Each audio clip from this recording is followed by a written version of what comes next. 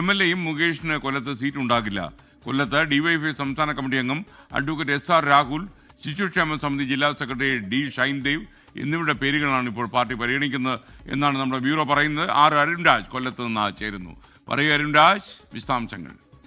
ഏതായാലും നിയമസഭാ തെരഞ്ഞെടുപ്പിലേക്ക് ചർച്ചകൾ കടക്കുകയാണ് CPM-നുള്ളിൽ. CPM ആദ്യഘട്ടത്തിൽ തന്നെ യുവാക്കൾക്ക് പ്രാമുഖ്യം നൽകണമെന്ന ആവശ്യമാണ് CPM-നുള്ളിൽ തന്നെ ഉയരുന്നത്. കൊല്ലം സീറ്റിലേക്ക് എത്തുമ്പോൾ കൊല്ലം സീറ്റ് നിലനിർത്തുക എന്നുള്ളത് CPM-നെ സംബന്ധിച്ച് അഭിമാന പോരാട്ടമാണ്.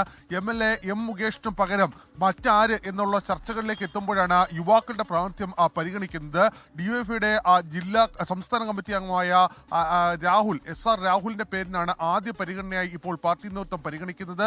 രണ്ടാം ഘട്ടത്തിൽ ശിശുക്ഷേമ സമിതിയുടെ ജില്ലാ സെക്രട്ടറി കൂടിയായ D ഷൈൻദേവിന്റെ പേരും പരിഗണിക്കുന്നുണ്ട്. രണ്ടുപേരും ജില്ലയിലും അതുപോലെ തന്നെ കൊല്ലം നഗരം കേന്ദ്രീകരിച്ച് പ്രവർത്തിക്കുന്നവരാണ് എന്നുള്ളതാണ് ഏറെ പ്രധാനപ്പെട്ട കാര്യം. അല്ലെങ്കിൽ ഒരു മുതിർന്ന നേതാവിനെ, അത് ജില്ലയുടെ CPM-ന്റെ ജില്ലാ ആക്ടിംഗ് സെക്രട്ടറി കൂടിയായ S ജയമോഹനാണ് സാധ്യത. തൊഴിലാളികൾക്കിടയിലുള്ള സ്വാധീനമാണ് അത് പരിഗണിക്കാനുള്ള ഇടയായി CPM ഇപ്പോൾ കാണുന്നത്. മറ്റൊന്ന് ഈ കുന്നത്തൂർ മണ്ഡലമാണ്. കുന്നത്തൂർ നിയമസഭാ മണ്ഡലത്തിൽ കഴിഞ്ഞ 5 ടേമായി കോവൂർ കുഞ്ഞുമോൻ തുടരുകയാണ്.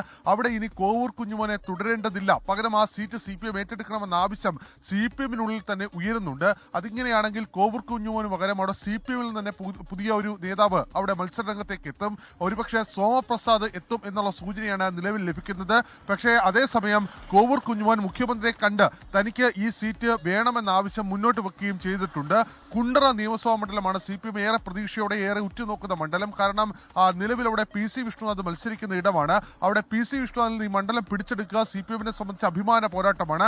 അവിടെ DYFയുടെ സംസ്ഥാന ട്രഷറർ കൂടിയായ SR അരുൺബാബുവിന്റെ പേരാണ് അവിടെ പരിഗണിക്കുന്നത്. ജില്ലാ പഞ്ചായത്ത് വൈസ് പ്രസിഡന്റ് കൂടിയാണ് SR അരുൺബാബു. SR അരുൺബാബുവിനെ അവിടെ മത്സരിപ്പിച്ചാൽ അവിടെ വിജയം നേടാൻ കഴിയും എന്നുള്ള പ്രതീക്ഷയാണ് CPM കേന്ദ്രങ്ങൾ പങ്കുവെക്കുന്നത്.